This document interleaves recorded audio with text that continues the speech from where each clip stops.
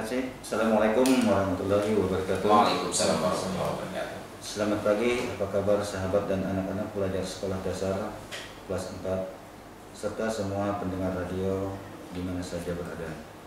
Baik, semoga dalam keadaan sehat walafiat. Amin ya rabbal alamin.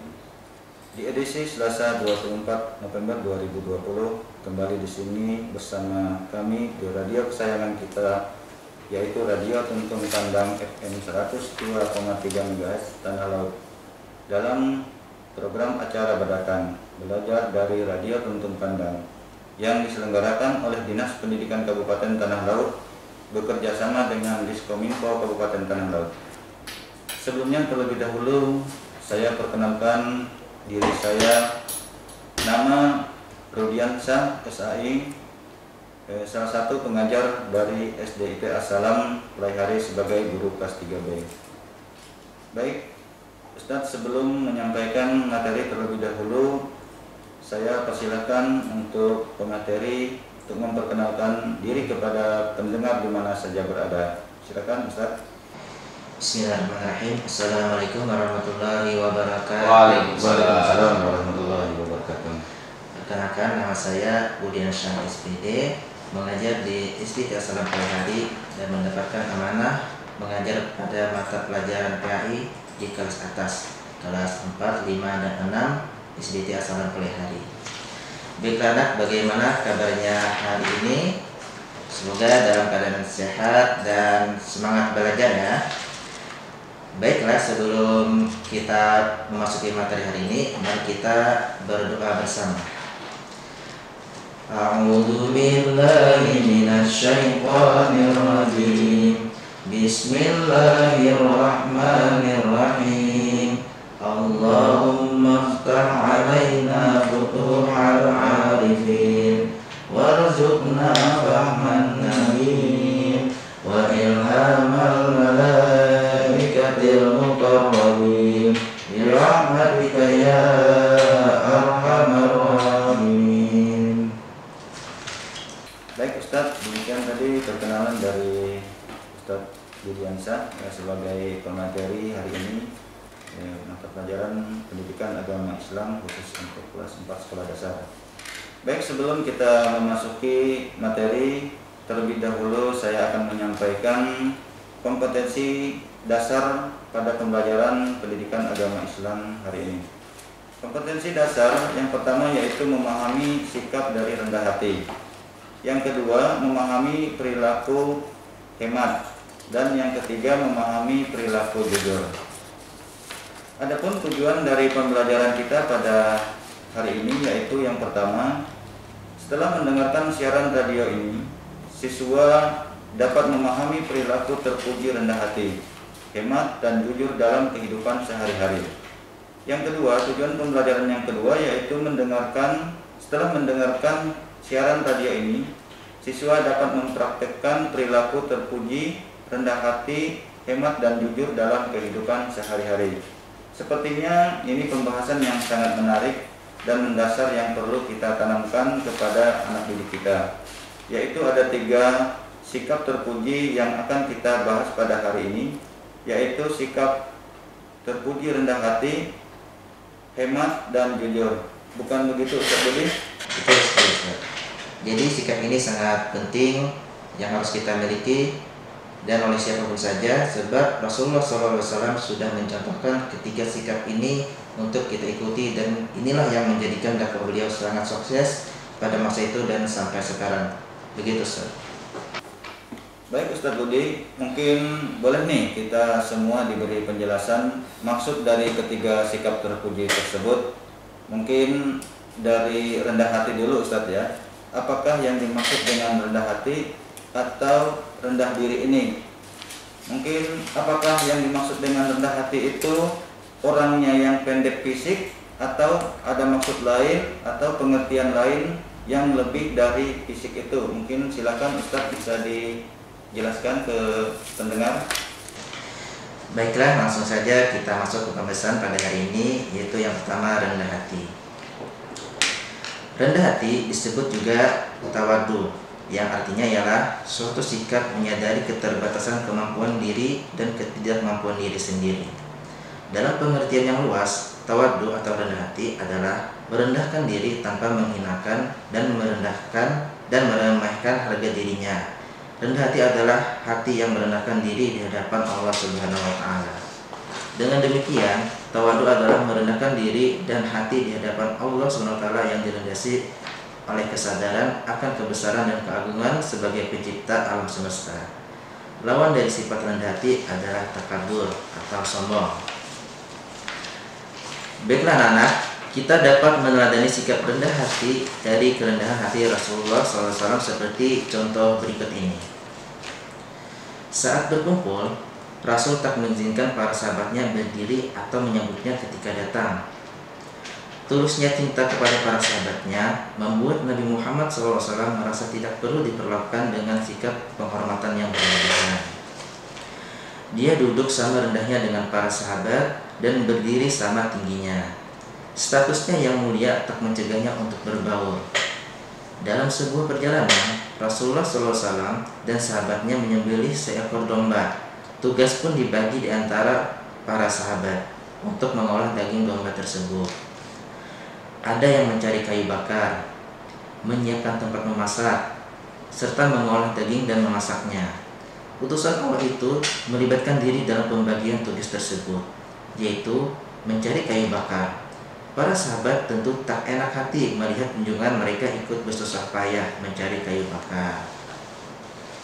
Nah, jadi walaupun Rasul itu sangat mulia, tetapi beliau bisa berbaur dengan para sahabat. Baiklah, selanjutnya tips agar kita bisa menumbuhkan sikap rendah hati atau hal-hal yang bisa membuat kita menumbuhkan sikap rendah hati. Yang pertama, menumbuhkan dan menanamkan kesadaran dalam diri kita agar tidak bersikap sombong. Yang kedua, menambahkan dan menanamkan kesadaran tentang proses penciptaan. Jadi kita lahir ke bumi ini tidak mempunyai apa-apa sampai nanti meninggal. Jadi tidak ada yang perlu disombongkan. Yang ketiga, sadar bahwa hidup di dunia hanya sementara. Yang keempat, menghindari sikap bermegah-megahan atau berlebih-lebihan.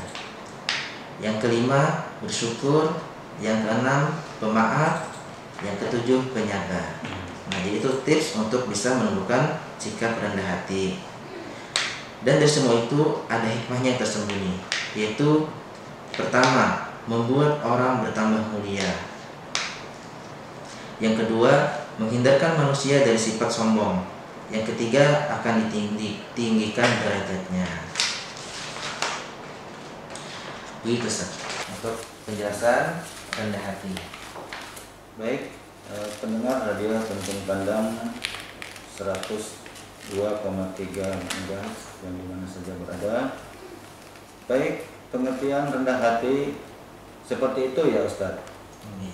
Baik, dapat kami simpulkan bahwa rendah hati itu arti secara istilah artinya tidak sombong dan tidak angkuh. Kemudian secara umum bisa kita artikan bahwa rendah hati itu adalah sikap seseorang di mana dia tidak sombong dan suka membantu orang, atau di pengertian lain juga bisa, yaitu orang yang memiliki sifat baik hati, suka menolong dan juga peduli terhadap sesama manusia, ya. Nah, kemudian bagaimana dengan hemat, Ustadz? Boleh dijelaskan kepada siswa-siswi kita apa yang dimaksud dengan hemat? Silakan, Ustadz. Baiklah, untuk penjelasan kedua yaitu hemat. Hemat artinya berhati-hati dalam menggunakan sesuatu.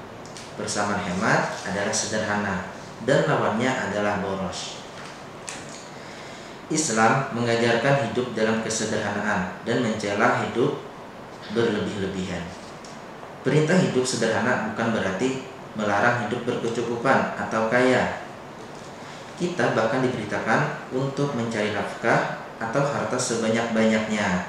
Dengan harta yang banyak, kita dapat lebih banyak memperoleh kesempatan untuk beramal dan beribadah. Kita dapat membangun masjid, madrasah, sekolah, panti asuhan, menyantuni anak yatim, dan bantuan lain untuk kepentingan umat.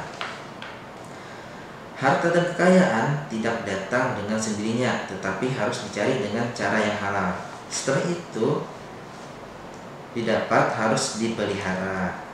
Memelihara harta antara lain adalah dengan cara berhemat. Berhemat bisa dilakukan siapa saja, asalkan mau melaksanakannya. Seorang siswa bisa berhemat dengan uang jajan yang diberikan oleh orang tuanya untuk ditabung. Jika sering menabung, lama-lama hasil tabungannya akan menjadi banyak.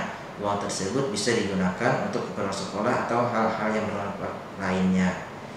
Dan contoh-contoh hemat banyak ya di kehidupan sehari-hari. Contohnya hemat air, hemat listrik, dan lain-lain. Untuk hemat air, ketika cuci tangan atau berwudu, membuka keran air setengah saja. Dan untuk hemat listrik, misalnya menonton televisi dan tidak ditonton lagi, bisa dimatikan. Di siang hari lampu dimatikan, dan lain-lain. Nah, terus tips untuk berperilaku hemat. Nah, ada beberapa ya, ada 3. Yang pertama, istiqomah. Jadi kita harus selalu istiqomah untuk bisa berhemat. Yang kedua, ifah, yaitu bersahaja. Artinya tidak berlebih-lebihan, secukupnya saja. Yang ketiga, musawamah, artinya sikap sepadan, seimbang atau sebanding.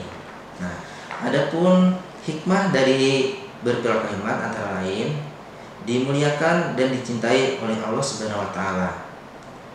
Ditinggikan derajatnya oleh Allah Subhanahu wa taala. Selanjutnya, semakin dicintai dan dihargai oleh sesama manusia. Mendapat keberkahan dalam hidup dan bisa meraih semua impian-impian yang ingin dicapai, serta harkat dan martabatnya akan semakin meningkat. Begitu Ustaz untuk pembelajaran hemat. Terima kasih. Mungkin bisa ada cerita tentang hemat ini Ustaz, kalau ada mungkin bisa disampaikan. Kita lanjutkan aja ke pembahasan ketiga Ustaz. Terima kasih Ustaz Budi. Baik, sebelum kita masuk ke pembelajaran berikutnya tentang jujur, terlebih dahulu saya akan menyimpulkan dari pengertian tentang hemat tadi, bahwa hemat adalah yaitu menggunakan sesuatu itu berdasarkan kebutuhan atau tidak berlebih-lebihan, seperti tadi sudah dijelaskan. Contoh-contoh perilaku hemat itu seperti hemat menggunakan air, hemat menggunakan listrik, ya. Nah, baik Ustadz, sudah 2 sikap terpuji yang kita ketahui pada hari ini. Masih ada satu sikap terpuji lagi nih yang perlu kita jelaskan kepada anak-anak didik kita dimanapun berada, yaitu sikap jujur. Nah, Ustadz, boleh dijelaskan kembali atau diberikan nanti contoh-contoh dari perilaku sikap jujur ini. Silakan Ustaz. Baik, yang ketiga yaitu jujur. Sikap ini merupakan sikap yang utama ya untuk kita di kehidupan sehari-hari. Baik, jujur artinya adalah memberitahukan atau menuturkan sesuatu dengan sebenarnya. Lawannya adalah dusta, yaitu memberitahukan sesuatu berlainan dengan sebenarnya, walaupun dengan tidak sengaja. Walaupun dengan bercanda tetap tidak boleh berbohong ya, karena Rasulullah pernah mencontohkan ketika bercanda tetap tidak berbohong.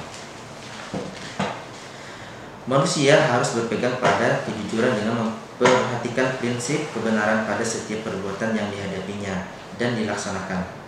Hal tersebut karena jujur merupakan ajaran Islam. Sifat jujur erat sekali katanya dengan sifat adil, karena orang yang bersifat jujur tentu akan bersifat adil. Dengan kata lain, keadilan itu merupakan buah dari kejujuran.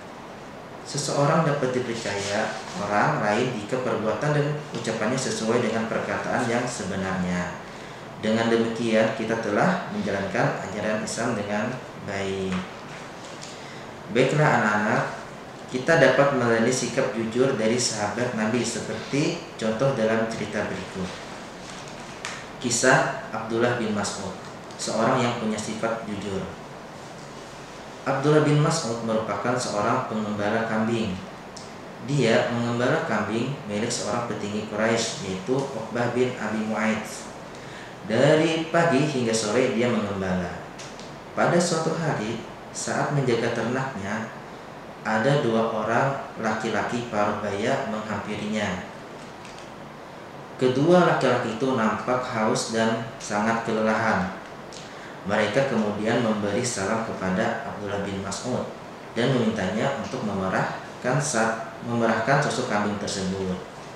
Akan tetapi Abdullah bin Mas'ud menolak memberikan susu itu karena susu kambing itu bukan miliknya. Kambing itu bukan miliknya. Saya hanya memeliharanya, katanya dengan jujur. Mendengarkan jawaban itu, 2 laki-laki tersebut tak memberikan bantahan. Walaupun mereka sangat kehausan, mereka sangat senang dengan jawaban jujur si pengembala. Kegembiraan ini sangat jelas di wajah mereka. Ternyata kedua orang itu adalah Rasulullah SAW dan sahabatnya Abu Bakar As-Siddiq. Hari itu keduanya pergi ke pegunungan Mekah untuk menghindari perlakuan kejam kaum Quraisy. Apakah kamu punya kambing betina yang belum dikawinkan? Tanya Rasulullah SAW. Ada, jawab Abdullah bin Mas'ud. Lalu Abdullah bin Mas'ud mengajak Rasulullah dan sahabatnya melihat seekor kambing betina yang masih muda. Kemudian kaki kambing itu diikat. Rasulullah menyuapkan tangannya ke tubuh kambing tersebut sambil berdoa kepada Allah. Saat itulah turun rezeki dari Allah. Tiba-tiba saja susu kambing itu mengalir sangat banyak. Abu Bakar segera mengambil sebuah batu cekong yang digunakan untuk menampung air susu hasil perahan. Ketiganya pun meminumnya bersama-sama. Setelah itu Rasulullah berkata, "Kempislah." Seketika susu kambing menjadi kempis dan tidak mengeluarkan susu lagi. Abdullah bin Mas'ud pun takjub dan terkejut menyaksikan hal tersebut, sebab kambing tersebut sebenarnya belum pernah mengeluarkan air susu. Tapi di depan matanya saat itu kambing malah mengeluarkan air susu yang banyak dan dinikmati bersama. Itu adalah karunia Allah. Muncul kekaguman Abdullah kepada tamunya. Tak lama usai peristiwa itu, Abdullah memeluk agama Islam dan kelak menjadi salah satu penghafal Al-Quran terbaik. Selanjutnya, hal-hal yang dapat mendorong kejujuran. Jadi ada beberapa hal-hal yang bisa membuat kita menjadi orang yang jujur. Yang pertama, memisahkan bicara sesuai dengan perbuatan. Yang kedua, mengakui kebenaran orang lain dan mengakui pula kesalahan diri sendiri jika memang bersalah. Ketiga, selalu ingat bahwa semua perbuatan manusia dilihat dan diawasi oleh Allah Subhanahu wa Ta'ala. Yang keempat, meyakini bahwa kejujuran merupakan sikap terpuji yang disenangi oleh Allah Subhanahu wa Ta'ala. Yang kelima, meyakini bahwa dengan berbuat jujur berarti menjaga diri dari hitamnya wajah di hari kiamat nanti. Jadi bagi yang suka berdusta atau berbohong, nanti ada tandanya di hari kiamat, itu dengan wajah yang menghitam. Selanjutnya, tanda-tanda orang yang jujur. Jadi orang jujur itu ada tandanya tersendiri. Yang pertama, kalau berbicara, dia berbicara dengan benar. Yang kedua, apabila ia berjanji, dia selalu menepati janjinya. Seperti cerita Rasulullah yang berjanji kepada salah seorang sahabat untuk menemuinya di sebuah kebun kurma. Ternyata sahabatnya lupa bahwa ada janji dengan Rasulullah. Akhirnya Rasulullah menunggu sampai 3 hari.